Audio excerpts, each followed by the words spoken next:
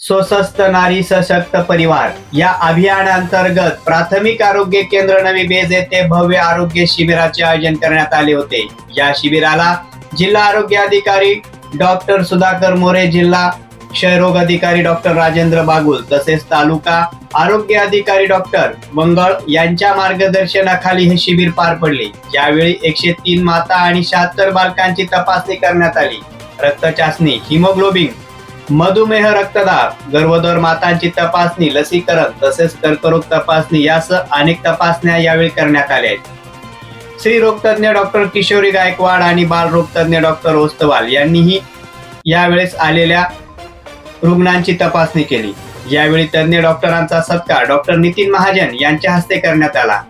श्रीकांत पाटील यांनी प्रास्ताविक केले तर या शिबिराला यशस्वी होण्यासाठी कर्मचाऱ्यांनी मोठ्या प्रमाणात परिश्रम घेतले होते।